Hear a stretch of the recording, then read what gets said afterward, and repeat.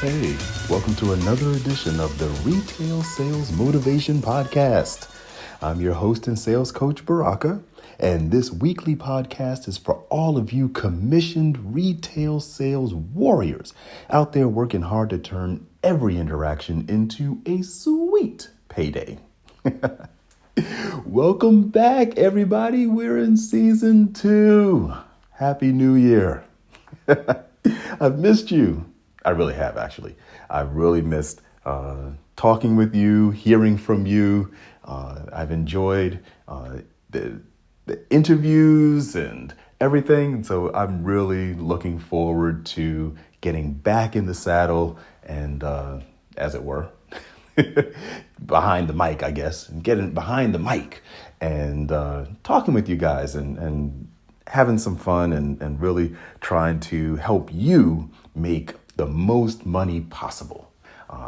So let's see, what have I been doing while you were gone? I have spent a lot of much needed time with my family. I don't know if they needed that time with me, but I definitely needed that time with them. We have, let's see, anything really eventful happen? No, not really, since we last spoke, but it was relaxing. I hope that you have found some time for yourself to relax during this period, some time to recharge your batteries, and some time to make more money. I know that with my store, we ended our fiscal year just a couple of days ago, and we had a phenomenal year, and we broke all our store's records, and we got all kinds of rewards and accolades, which was cool throughout the year. And I'm very proud of my team. I think that when I look at them, I see you. Okay, when I'm working with them, I'm constantly thinking about, okay, these challenges that my team is facing, they're probably the same challenges that many of you out there are facing. And I've been internalizing the things that, they've been going through and trying to, write down the questions that they've had, the issues that they have faced, how we've solved those challenges together.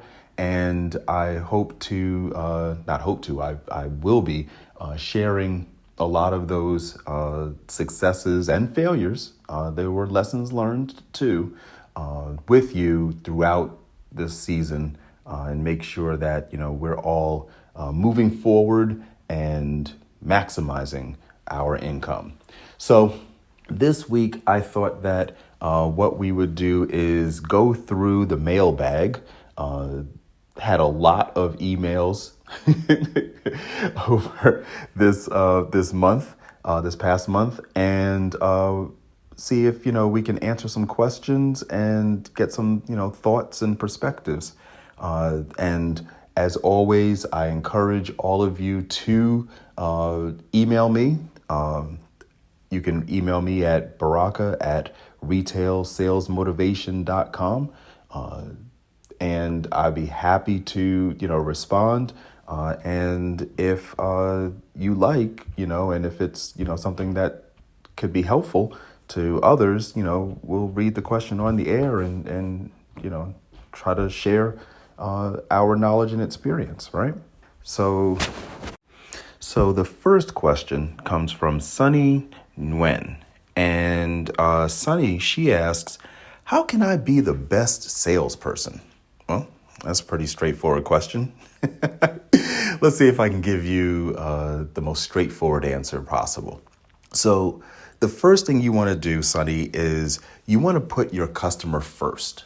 All right. And what that means is I'm not saying the customer is always right. All right. I think that's an antiquated notion, really. I think what we've seen in retail over the last couple of years has proved that, the customer is not always right.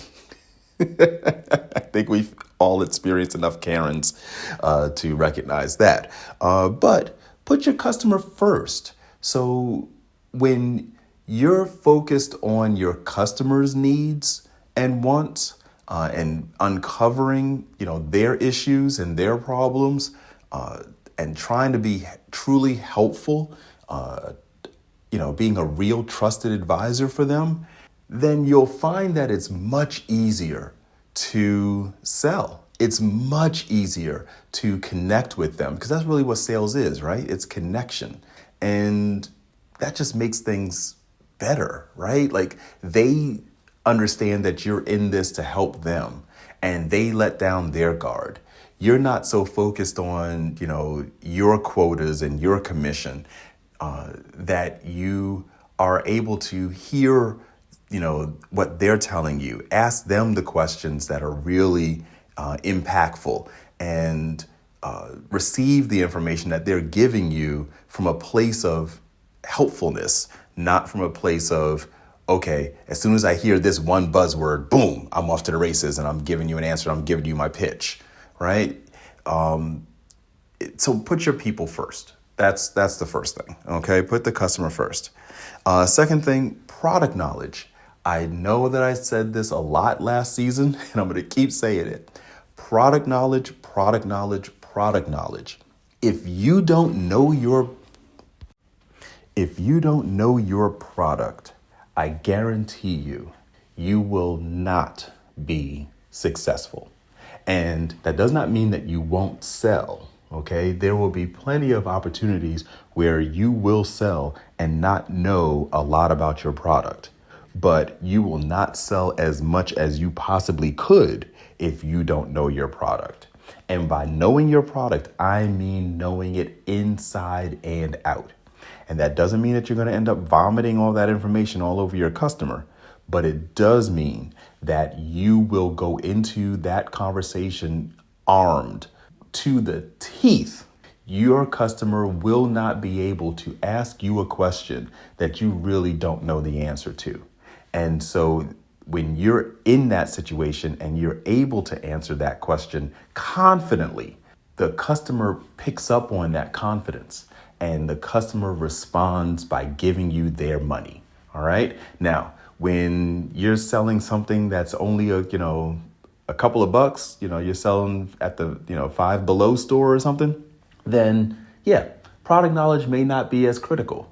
But the more money that your customer is spending, okay, the higher the ticket for your products, then the more product knowledge is necessary. I sell furniture, right? And so my salespeople, if they don't know the product, their customer is not going to hand them $5,000, $10,000, $20,000. They might buy, something for like a couple of $100, just to be nice, right? Or because they need it, but they're not going to trust you with the big sale, okay? Because they're not going to believe that you know what you're talking about. And if they don't have that confidence in you, you're not getting their money. So please, product knowledge, product knowledge, product knowledge. Next thing, love your products. Okay, I can't tell you how many salespeople I have seen, and I'm talking about successful salespeople, who really don't like the product that they're selling. And it comes across like it's just disingenuous, right? There's a huge difference between somebody who loves their product and is endorsing it fully, right? And they're talking about it to the point where they're saying, yes, I have this in my home. I use this product. Yes, I sleep on this mattress. Yes, I drive this car. Yes, I'm wearing this jewelry. Yes, I wear this fur coat. Yes, I wear these shoes. Yes, I buy this product all the time. I use this service all the time, personally. When you can say that with confidence, the customer says, oh, okay, now this is no longer you selling me. Now this is you endorsing the thing that you use yourself. You're sharing information with me then. It means the world. Next thing, become a great interviewer. All right. The better your questions, the better the responses. If a great interviewer, I remember when I was in college, at one point, I was the editor in chief of our student newspaper. And one of the great things that I loved about being in that student newspaper was I learned valuable journalism skills. And a lot of that is about being able to ask amazing questions, right? And some of the best questions weren't the questions that I prepared beforehand to ask. They were the follow-up question based on the person I was interviewing, their response to my previous question. And so often you get more information when you follow up on the previous answer, right? When you, because it shows that you were listening, right? And the better you're able to listen, then the better you're able to serve them and get the information that you need to serve them better. So become a better interviewer. Ask great questions and then listen to the answers and then follow up on those answers with more questions, but more poignant and pointed questions. You'll be amazed at how much more you sell. Be truthful and transparent with your customers. Okay, there's nothing wrong with, showing your cards, right? Like, hey, this is the deal. This is what's going on. All right, this is what's happening. So often, customers, they don't trust salespeople because they feel like we're holding back information from them, information that would be critical to them making the best decision they can. Is it true that we're holding back information? Well, too often, yes.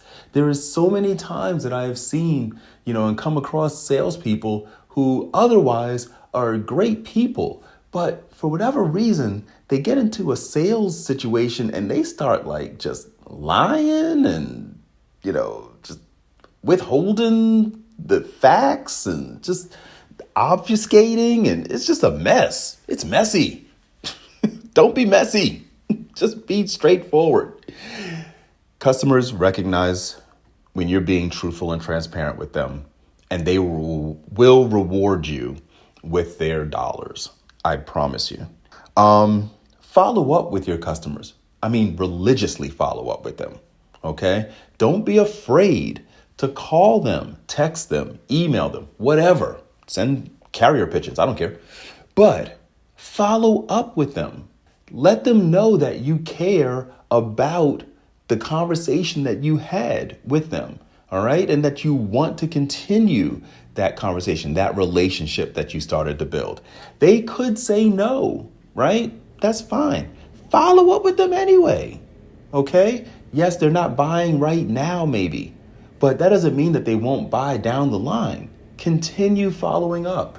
It means everything. All right. It means the difference between a sale today or a no sale today and a sale tomorrow or no sale tomorrow. Okay. So keep doing that. And the numbers, it's a numbers game. The numbers will work in your favor. And then the last thing I'll say is keep the faith. All right. I know that sales is tough. Okay. It is. You're constantly pouring out your spirit into others. And often you don't get any kind of return, right? And you're just continuously pouring out and into them, right? It's all this effort. I think about realtors, right? You're doing all this research, beforehand. You're researching homes, you're researching comps, you're researching, lenders, you're researching, requirements and scheduling inspections and appraisals and, it's a lot. You juggle a lot for a client and then, it falls through, right? They don't, keep their commitment or, things just don't work out. And it was like, okay, you just invested hours and hours and hours of your life and, there was no fruit, right? But keep the faith.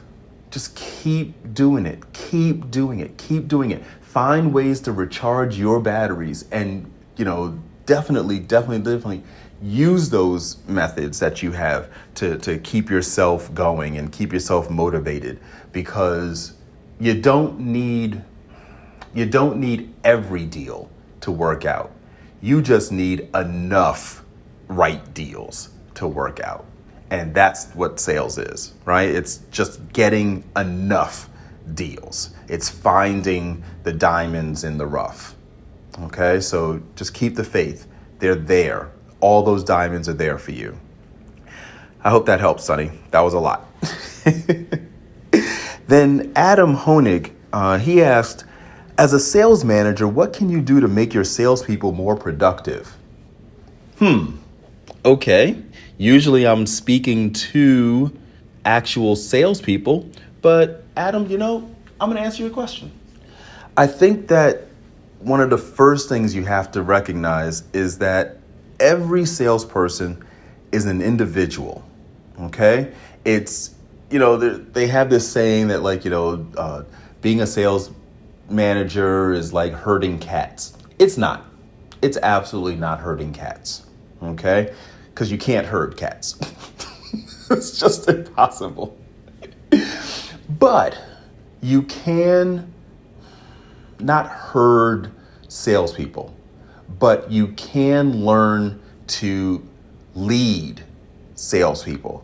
And one of the interesting things about salespeople is that while they will all move in the same direction with the same general goal, each one is doing it for different reasons.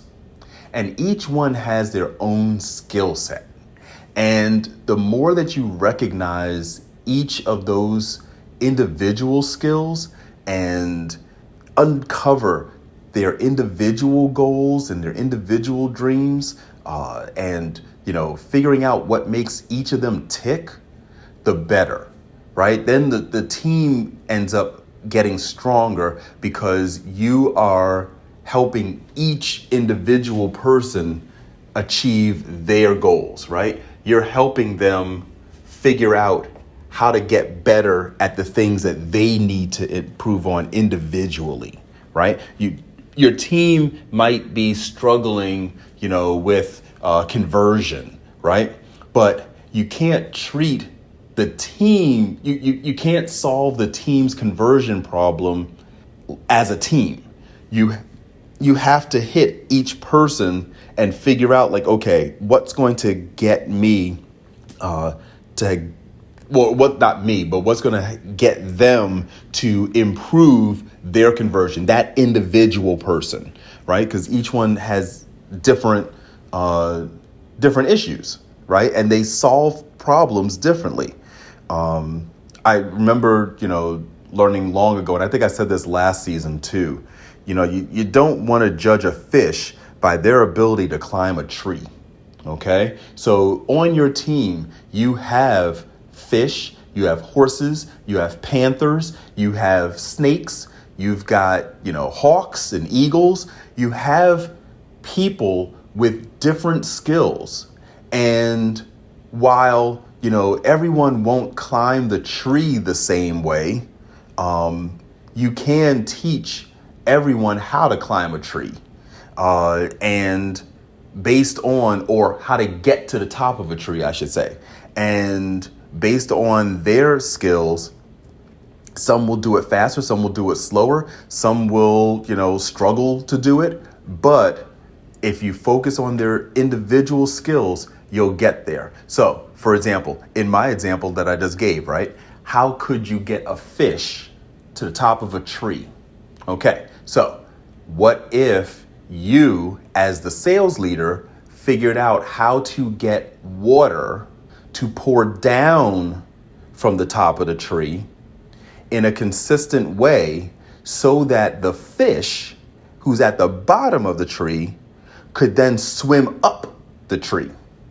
All right, so that puts the onus on you as the sales leader, right, to figure out how to create the environment for that fish to best use their individual talents and skills, which is swimming, to get up to the top of the tree, which is your goal, right, is for them to be at the top of the tree. Okay. So that's just like a really bad analogy, but I think you get my point. Don't treat a fish because of their, by their ability to climb a tree. Okay. Second thing, develop the right habits for your team. Okay. And this is something that I'm, working with now, right? It's, hey, my team, some of them, they have some bad habits. I do too, right? We all do. We're human beings, right? So it's about, I've spent like the last, couple of months really trying to identify the good and bad habits that my team has, the individuals on my team, I should say. And I've been looking at like, okay, how is that habit helping them and how is that habit hurting them?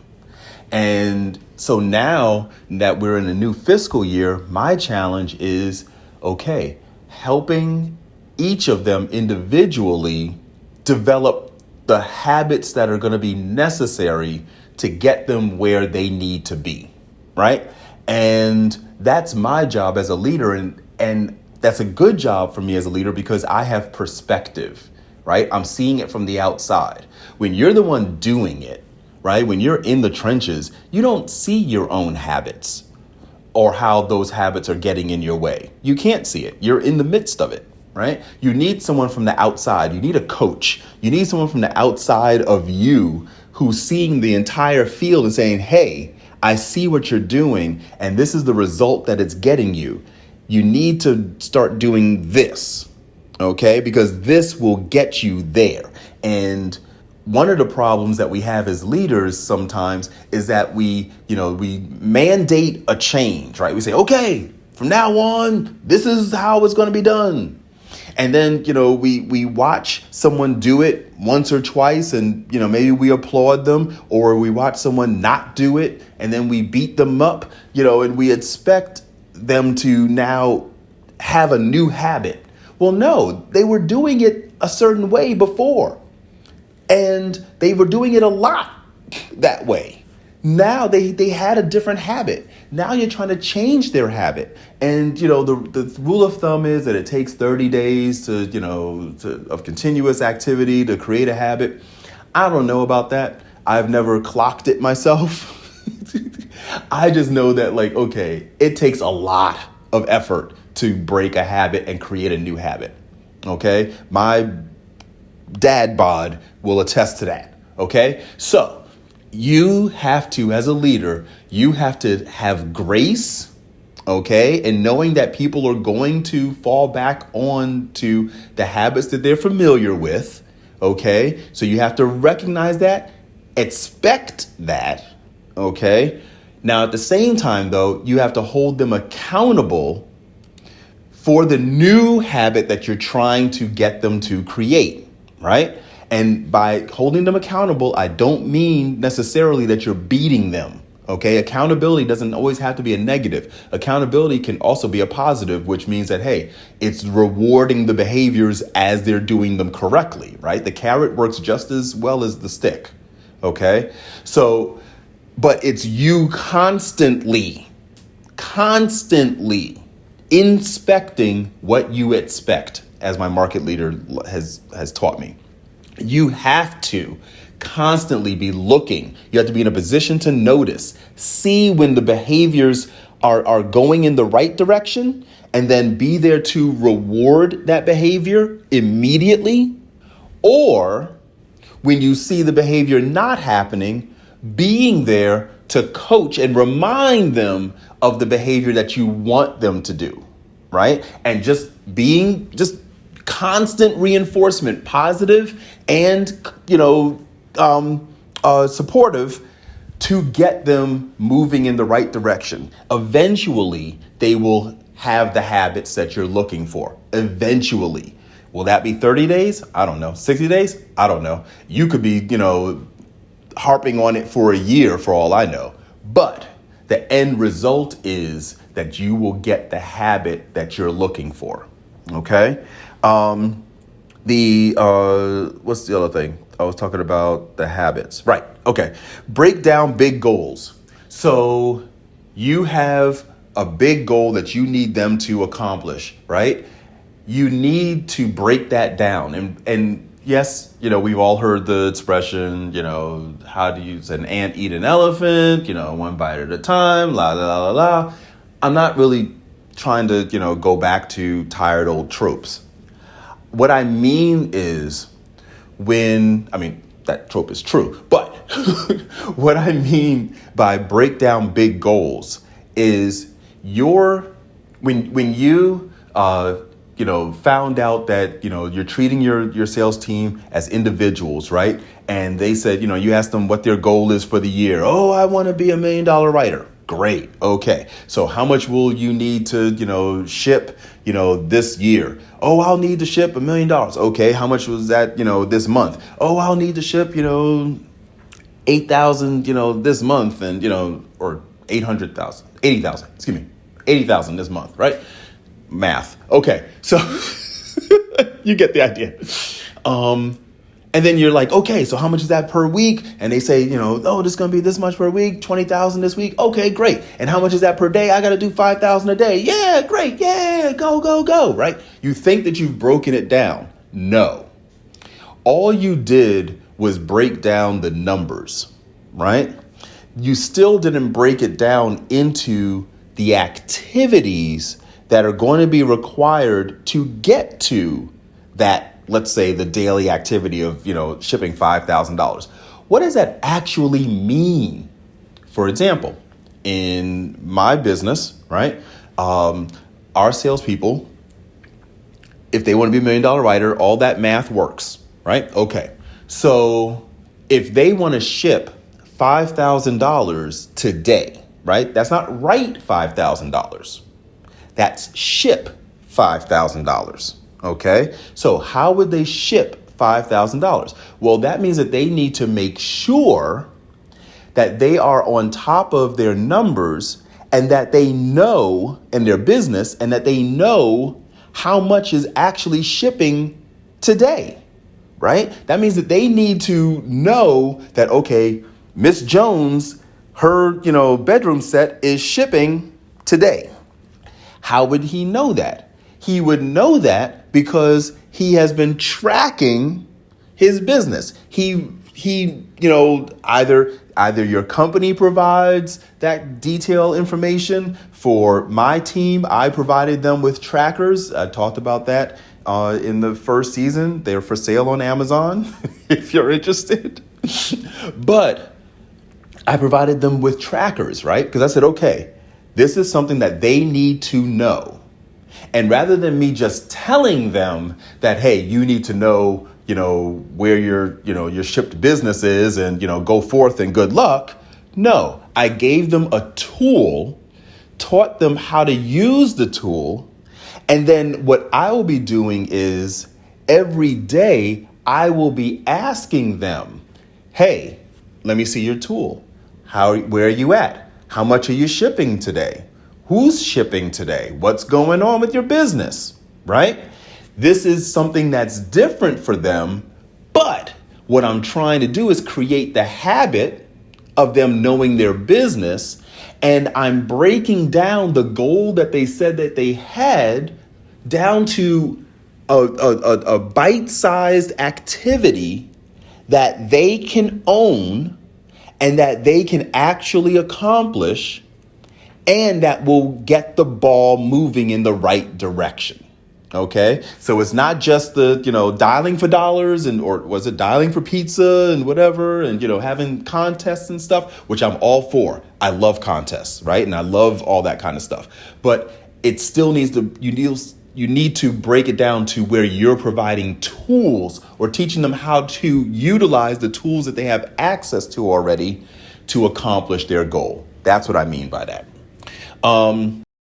More after the break.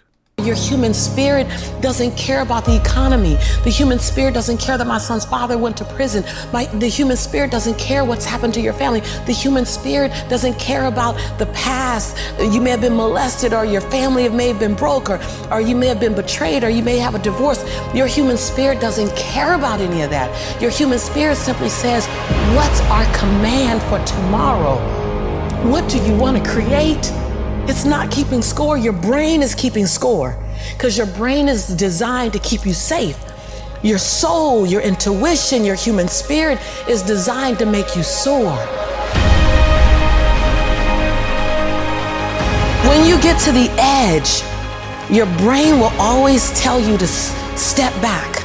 It's always going to tell you to step back because you can fall. Always. It's going to tell you to step back because before you fail, the last time you did this, you saw someone else fail. You could hurt. You could be off work. It's going to tell you. It's designed to keep you safe. So you have to be willing to play between your brain and your soul. And on some days, you got to just listen to your soul. And you got to say, I'm going to leap. I'm going to get to the edge. Most people are at the edge, and you're standing at the edge, and you're watching everyone else fly. That's Pimp My Ride, Watch My Crib, all this stuff. You know, watching people's lives on Facebook. You're at the edge, watching someone else live, wondering what it's going to be like when you jump without ever jumping. And I'm just here to tell you, jump. Because only three things can happen. You're either going to jump and fly, or you're going to jump and fall on something soft, or you're going to fall down hard. Either way, you're going to get back up. You already know you got what it takes to get back up. Your greatest fear is not that you will fall. Your greatest fear is that you will live a full life and never fly, that you never leaped. You're not afraid of dying. You're afraid of dying before the world sees who you really are. And we're back. Then you want to incentivize behaviors. And I kind of mentioned this, right? You want to make sure that when you see something good happening, you see something, you say something. Okay? It can be just that simple. Now, yes, you can provide all kinds of, prizes and things, and that's cool. If you want to do that, if you have the budget for it, God bless, go for it. Spend that money. It's worth it. But even if you don't, you would be amazed at how powerful your recognition is when it's specific and it's timely. When you catch someone doing something, you immediately, hey, I saw you do that. Well done, right? I saw you, ask that customer, about financing. Excellent work. Hey, I saw you asking that customer for the sale. Great job. Hey, I heard the questions that you were asking that customer about their needs and, and their family and, where the furniture is going to be in their home and, what color were their walls. That's what I'm talking about. When you are able to do that, which means that you're going to have to be in a position to notice. And if you've got other, leaders on your team, they will need to be in a position to notice. Eventually, what will happen is when you develop that habit over and over and over again, they will look forward to seeing you on the floor. Because yes, obviously, you're not going to be able to be everywhere at once. But when they see you, they will want to get that recognition because you're doing it publicly, right? You're doing it out in the open in front of everybody. They're going to be hungry for that kind of recognition. And what they're going to do is they're then going to think about when they see you, let me do something here right now so that they can hear me, right? So my leader can hear me and see me doing it and I can get that recognition. They look forward to it. What will also happen is that if you miss them, right, because you were, somewhere else, they're going to find a way and a reason to come to you and tell you about the good thing that they did so that they can get that recognition. All right. We're all in need as human beings. We're all in need of positive reinforcement. OK, we crave it. We seek out positive reinforcement and we run from negative reinforcement. Right. So we try to avoid the pain and we run towards the pleasure. So give them the pleasure. Be the source of that pleasure. Okay? Be in a position to notice and incentivize those behaviors. Don't wait for, their mindset to change before you start incentivizing things, right? Don't wait for the habits to form and then say, okay, now I'm going to incentivize. No. In the moment, soon as something good happens, bam, give it to them. Empower them. Empower your people to make decisions. These salespeople are basically entrepreneurs, right? They are running their own little mini business inside of your business. So give them the authority, the power to make decisions that are going to help their business.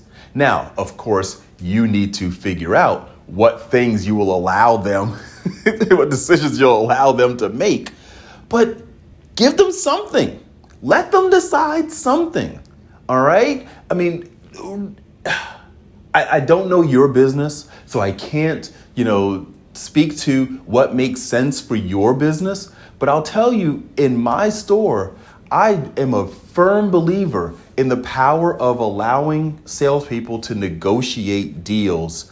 But I have to control that environment, right? I can't let them just negotiate deals willy-nilly in all deals, right? So I tell them, hey, in our clearance section, I will allow you to negotiate in there.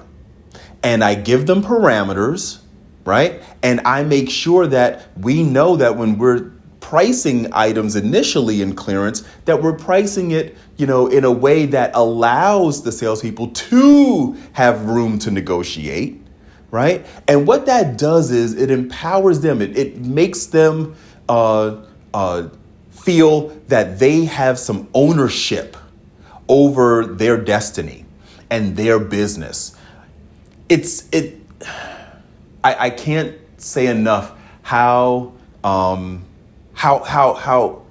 much they really appreciate that and how well they respond to that. And it's not a big thing, but it's huge for them, and it will reap benefits in morale. And you'd be surprised. They don't go crazy. Okay. Like, they understand that it's their pockets that are affected by their negotiation. You'd be impressed that they probably give fewer discounts in clearance than managers would normally. And they have the power to do it, right? Like, normally you would think that, like, okay, you give salespeople, like, carte blanche to negotiate, they're going to, like, give away everything. No, they don't. They're tighter than us. So try finding ways to help them make decisions and empower them. It'll work for you. Lead by example. Okay. Now, what I'm not saying that you need to be out there, selling and, in front of them and, I can do this just as well as you can and whatever. Okay, that's fine. That's, it's fun for them to see it. But that's not what they're looking for. What they're looking for, because they know that that's not your job, right? What they're looking for is to see you doing your job. Okay? If they see you, grinding just as hard as they are at their jobs, what you're doing is giving them permission to grind, right? If they see you, hey, you're just, coming in whenever you want, leaving whenever you want, taking long lunches, having a good time, you're just out there schmoozing, you're sitting behind your desk and maybe you're, day trading or, playing, The Sims or, what that does is it communicates to them that really, you're not in this with them, right? That you're just there to, crack the whip on them, that you're riding them and you're not really, you're not living your values, right? You're telling them that they need to, push, go. And you're hanging out. Like, that doesn't work. Okay. So your job is hard. Your job is to train, hire, lead, motivate, provide the environment that they need to do their jobs. That's tough, right? It's hard. Because you got a billion people to worry about. They've only got themselves to worry about. You've got everybody to worry about. Let them see your work. And I don't mean be a martyr, right? Oh, woe is me. I'm working so hard for you guys. No, just doing the work. They're watching. They see it. Okay. They know what you're doing. Even when you think they don't, they're watching you and they're talking about it. Do the work. Be diligent. They'll see it. They'll respond in kind. You want to provide new tools to solve the team's real problems. So what do I mean by that? So I'm going to use my store as an example. My team, one of the things that is important for us is getting really good reviews, right? Online reviews, very important to us. And, one of the things that I noticed was that it was difficult for them to actually get the reviews, not to ask for them. Okay, they were doing a good job of asking for the reviews, but it was actually being able to follow through and get the actual review, right? They needed some tools to make it easier for them to get those reviews. And so we experimented with different things and trying to figure out okay, what will make it easier for a customer, to leave a review. And we've now settled on, QR codes, right? And we placed them all over the building. and I think this week we'll be adding more, right? So they're everywhere. Okay, no matter where a customer goes, there's going to be QR codes to leave a review. I, was just talked out of putting some in the bathroom. That's where, that's how far I was willing to go with it. Okay. But what that did was it made it easier. Those QR codes, they go directly to the review site. It made it easier for our salespeople to get the actual reviews. And we saw a dramatic increase in the number of reviews that we were getting. We're still, trying to come up with other ways of getting the reviews and, seeing if there's even easier ways to help them accomplish their goal. That's what I mean. If you can find tools to help your team, then keep researching those tools. Find innovative solutions to the problems that they're having. Even if those solutions end up not working, the fact that you are constantly trying to solve their problems, they will respond to that. Okay, they will work with you. They'll give you grace.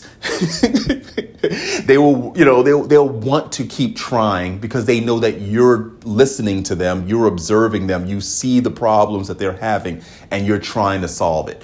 That's a leader, and they will love you for it. And then the last thing is inspire them.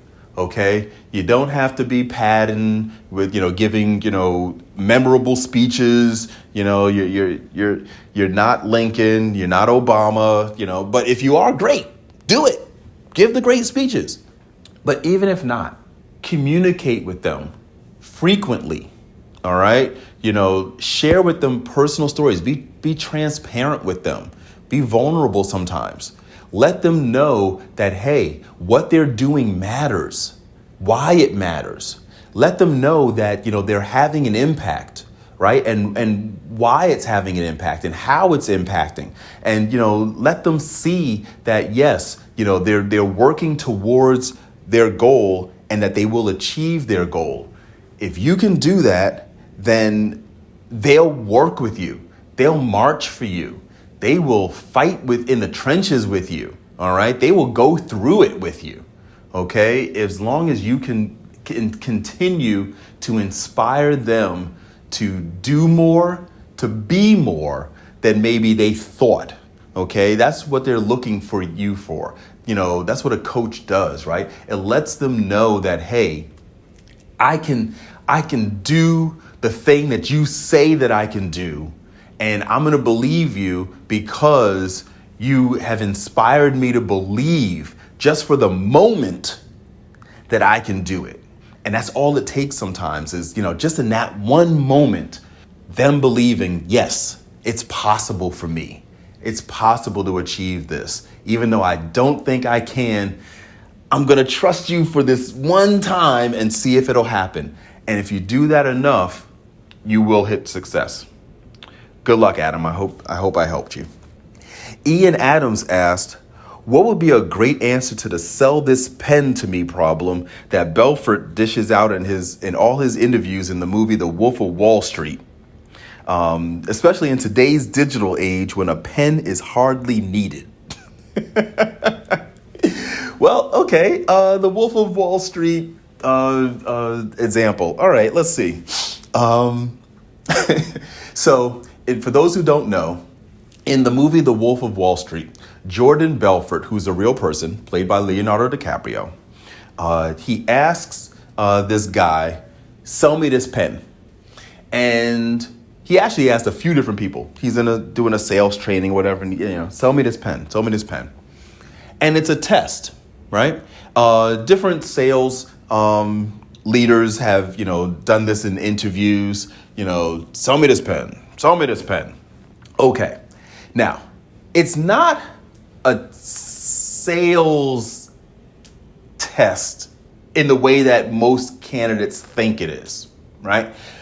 The interviewer or the person asking that question is not expecting you to actually, successfully get this person to pull money out their pocket and hand it to you in exchange for the pen that they already own and just, hand it to you. It's really about seeing whether you have some fundamental sales skills. And the most fundamental skill is, like I mentioned earlier, asking questions.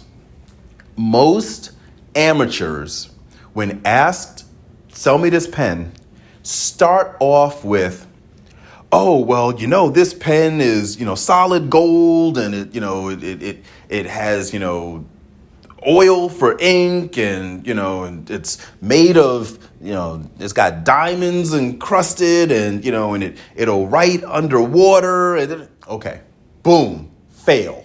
Not the assignment. Some people will, take the pen and say, yes, pens are wonderful. You ever use a pen? Pens are great. Yeah, I love pens. I always use pens. Pens are are the most important thing in the world. Fail. The way that you're supposed to answer this question is by asking a question. And the very first thing that you want to do is ask a question. That's the first thing out of your mouth. If you're not asking a question the very first time, then boom, you've already failed. So now, what question do you ask? Okay. There's two different techniques to this question, right? There's two possible ways that you can answer the question. You can, if you're trying to be quick, right? You need to just, you got 10 seconds and you just got to solve this, this problem, this challenge quickly. You can be kind of cutesy with it, which is fine. You can have a little fun with it, right? So you could do something like, so who's your favorite celebrity?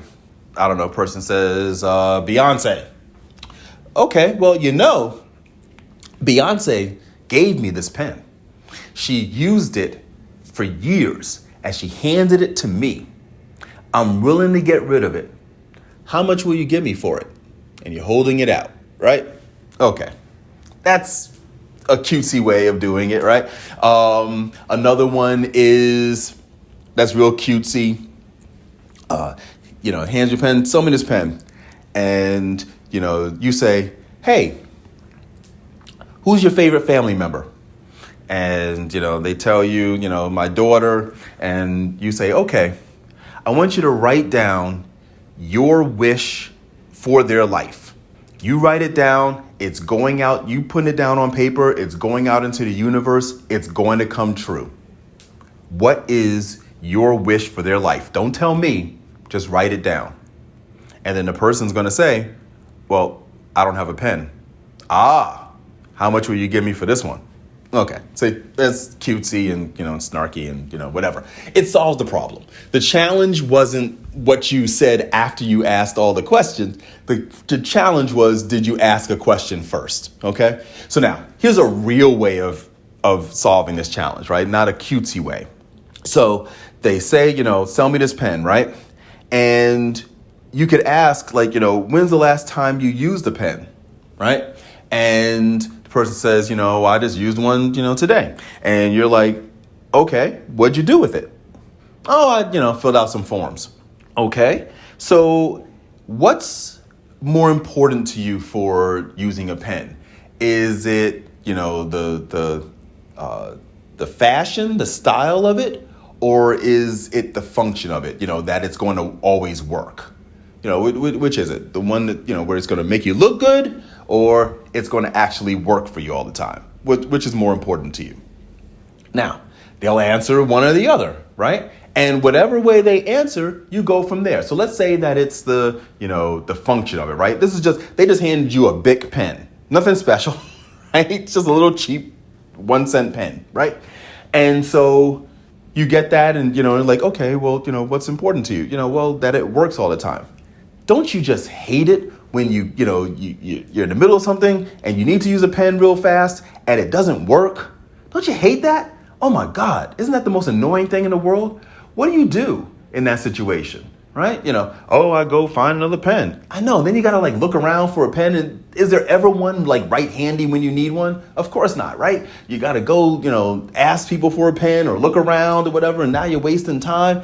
Oh, isn't that a pain?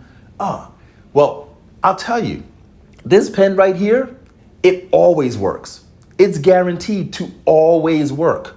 No matter where you are in the world, no matter what position you're in, whether you're upside down, right side up, underwater, on the surface of the sun, sitting on the moon, and whatever, it doesn't matter. You're driving 100 miles an hour. It does not matter. This pen is going to work. How would that feel for you? How would that make a difference in your life, right? You get the idea. You can be, silly with it. You can, be sarcastic with it. It doesn't matter. Just ask the questions first. If you don't ask a question first, you fail. If you ask a question first, most likely you'll get the gig. I hope that answered your question, Ian. Let's see. Sam Capra asked, how can you shorten the sales cycle? Well, I don't know your industry. So I'm just going to I'm interpreting your question because the sales cycle is the sales cycle, right? So, it's either a long one or a short one. It depends on your industry. I think what the question behind the question, as my market leader likes to say, is what can interfere and interrupt the sales cycle, right? What can make the sales cycle even longer than it normally should be, right? I think that's really what your question is. And I think the answer to that is, well, Zig Ziglar, he outlined 5 basic obstacles to every sale, okay? And he said that the 5 basic obstacles to every sale is either no need, no money, no hurry, no desire, or no trust. That's 5, right? No need, no money, no hurry, no desire, no trust. Yeah, okay. That's 5. If you can identify which obstacles are in the way, you'll be able to overcome them and keep your sales cycle, running efficiently. Okay. So actually, I don't need to run through those again. You can figure out how to resolve no need, right?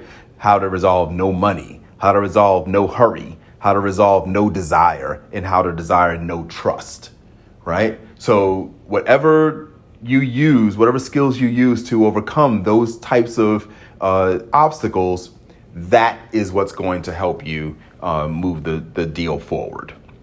I think hopefully that answered your question, Sam. Jason Lemkin asked, what's the hardest rejection you've ever had in sales?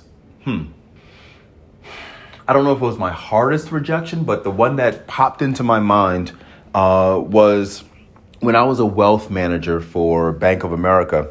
I had a really interesting, my job was to get affluent people to bring their money, to bring all of their money, all of their assets to Bank of America. Okay? That was their liquid assets for investment, and also to put into banking, our deposit accounts, but also to bring their loans, their mortgages, their home equity loans, their personal loans, their business loans, all of that, that capital, everything to Bank of America, right? We want to own their entire financial picture. And there was a client who we had a good percentage of his portfolio, but his wife owned a business. And if I remember correctly, she owned a construction company. And we wanted that business, as well. She had been, I think she was banking, I can't remember what bank she was with, but she was with that other bank for her business needs. And tried to get her to bring her business banking relationship to us. And at one point, she asked me about how we could invest in a new venture that she was working on, right? I think it was windmills or something. And this was like the 2007-ish, where the windmills weren't really as pervasive as they are now. And I didn't know how to do it. And so I asked a teammate who was more experienced, hey, how can I, get this to work? She gave me some tips. And then, I left her and was like, thank you. And, I tried to implement them and I failed. And I didn't get the business. In retrospect, I look back on that and my mistake was I should have partnered with that teammate. And by partnered, I mean I should have invited her in to the meeting and offered to split the commission with her. It wasn't a commission, it was, we were bonused and stuff like that. But I could have shared that with her. And I didn't. I didn't think of it. I was, pretty selfish then as a salesperson, as most salespeople are in, many ways. We covet our commission, right? But I should have been more willing to, hey, can you land this deal? I'll split it with you.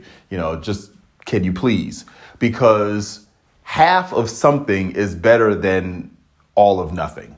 And I think that, she would have definitely, I think, closed that deal because she would have spotted in the conversation I was having with the client, she would have spotted the blind spots. She would have seen where things in the conversation were going south and been able to course correct. I wasn't experienced enough to see that. And I'm pretty certain that had I been able to really spot the pitfalls as I was approaching them, I wouldn't have fallen through them and, let the deal fall through, along with me. So, yeah, I think that was my biggest lesson learned in a failure in sales. And just in dollars, like what that meant.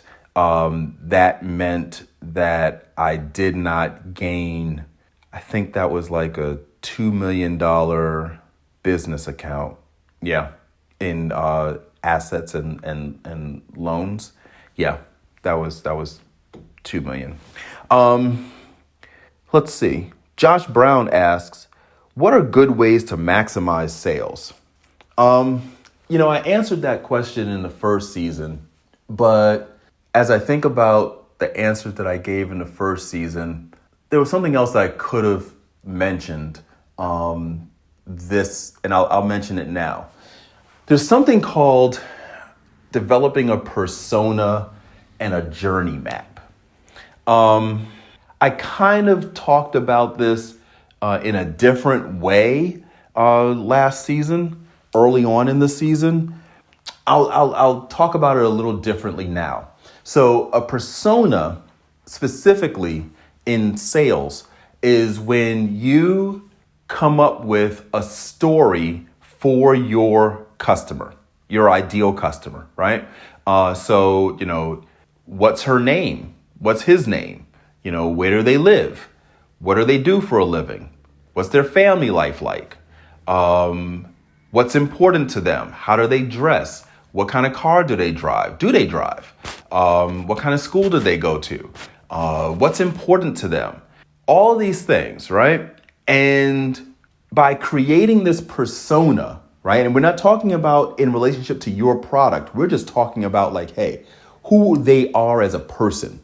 You coming up with that kind of model, right?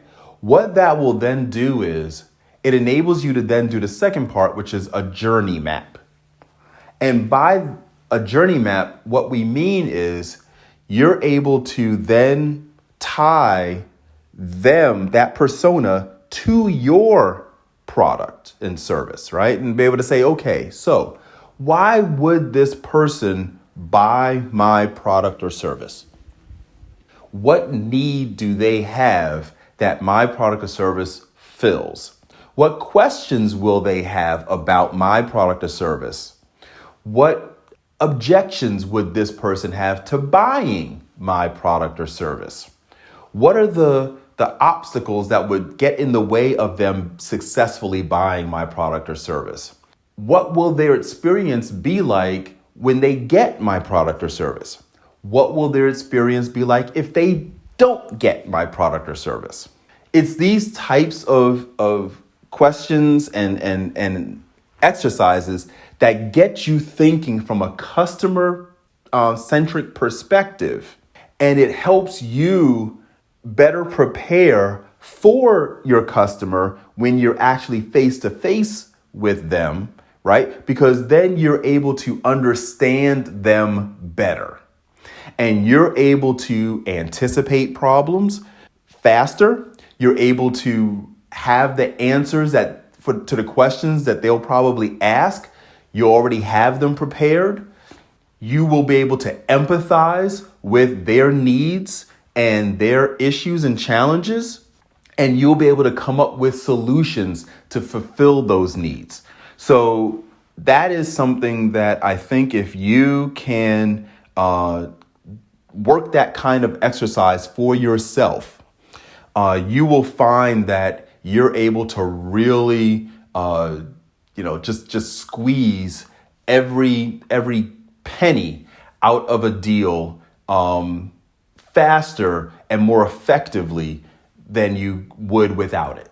I hope that helps. Now, this is on top of all the other things that I said last season. If you go back to, especially the beginning of last season, I really went into that. And then I think the mailbag that I did last season, I also covered a lot of really great tips to this question. So feel free to go on back there. And then the last question was from Greg Y. And he wrote, how do you convince your customer to purchase your product? How do you convince your customer to purchase your product? Well, I would say you can't convince somebody to do something they won't normally do, right? A man convinced against his will is of the same opinion still. But I will say that one effective way to kind of grease the wheels is what's affectionately known as the puppy sale, right?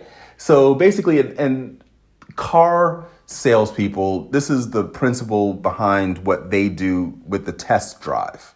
Okay. So back in the day, what pet stores would do is, at least, really, aggressive pet stores, what they would do was they would let you take the puppy home with you. And after the puppy has been in your home for, a few days and you're really, just falling in love with this little puppy, right? Then they come to you and they say, okay, either you give me back the puppy or you give me the money, right? So what do you think happens? Most people just would hand over the money so they could keep the puppy. I don't know if that really works now because, we're just in a different age, and I don't know if we have that kind of level of trust of people anymore. But that is the principle behind, the test drive, right? Hey, if you, are able to let the customer drive the car, then, they'll want to, keep the car, right? I think, was it CarMax, says, hey, take the car home for, a week or something like that. You have a week to drive it around before you, before you, or you get to take the car home for a week, or you can return it, for a full refund, right?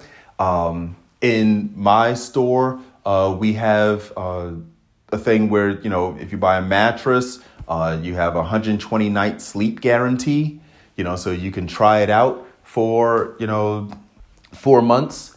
And if it, if you like it, great, keep it. If you don't, then you can come back and, reselect something different. That's pretty cool, right? So it's the puppy sale.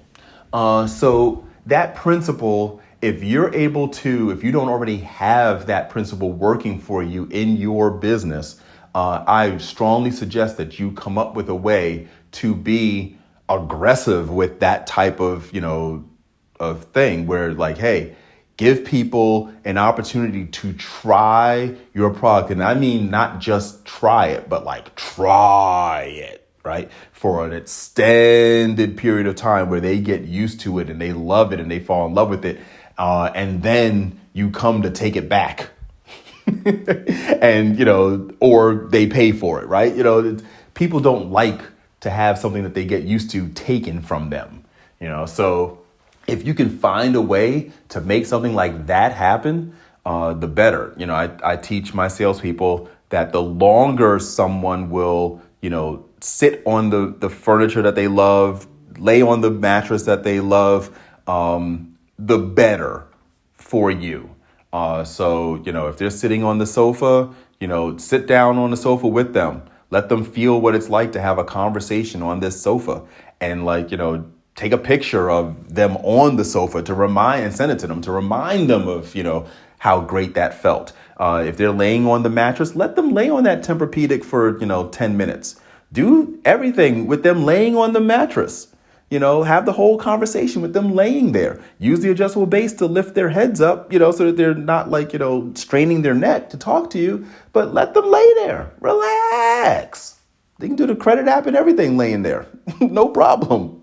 The longer that they're using the product, the better. If you're selling cars, take them on a test drive, but don't just take them on a quick test drive around the block. Let them drive home with you in the car, but let them drive home.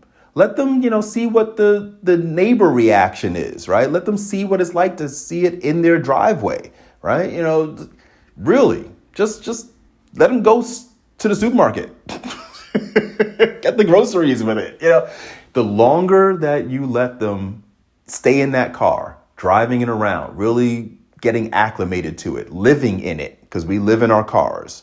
If you do any kind of commuting, then yeah, I think you'll increase the likelihood that you'll get the sale. That's it. That's all the questions I'm going to answer today, because I think that this was a pretty long freaking podcast, but I think it was full. I hope that I answered questions. If you disagree with, one of my answers, please feel free to email me. I'll read your comment on the air, and let's have a discussion. Maybe I'll call you and interview you, and hey, we'll talk about it. I also want to put out this invitation. I've interviewed $1 million writers last season. I want to continue that. If you are a $1 million writer in your particular industry, business, store, whatever, let me know. Email me, baraka@retailsalesmotivation.com. I would love to interview you and get your insights into what makes you successful.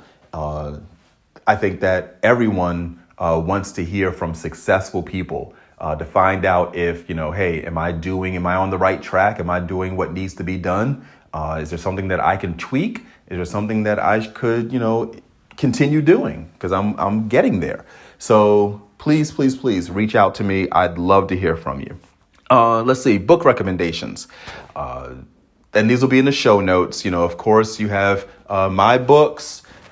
The Sales Tracker, my little Black Money book, my book of quotes, 468 words of wisdom. But I also have a book that I think you guys really will appreciate. It's called Sales Secrets. The world's top salespeople share their secrets to success. It's written by Brandon Bornanson, and it's available on Amazon, and I'll have it linked in the show notes. And I hope that a book like that will help you. I'll be adding it to, I have a little sales library in my store for my salespeople, and I'll be adding this book to that library because I think it's really helpful to get different perspectives from successful sales leaders. Okay, so that's it. I just wanted to let you know that we're in an evolving world right now, if I can say that. Our institutions, politics, cultural norms, and economies are changing around us. But you know something that hasn't changed? The fundamentals of sales. Why, do you ask? Because sales is about human connections. It's about relationships. It's about you being vulnerable enough to share your needs and desires with me, and me caring enough to want to help you. That's sales. And that's why I love it. Have a great week. If you want a thing bad enough to go out and fight for it, to work day and night for it, to give up your time and your peace and your sleep for it, if all that you dream and scheme is about it, and life seems useless and worthless without it, if you'll gladly sweat for it and fret for it and plan for it and lose all your terror of the opposition for it, and if you simply go after that thing that you want with all of your capacity, strength and sagacity, faith, hope, confidence, and stern pertinacity, if neither cold poverty, nor famine, nor gout, nor sickness, nor pain, nor body, nor brain can keep you away from that thing that you want, if dogged and grim you besiege and beset it, with the help of God, you'll get it.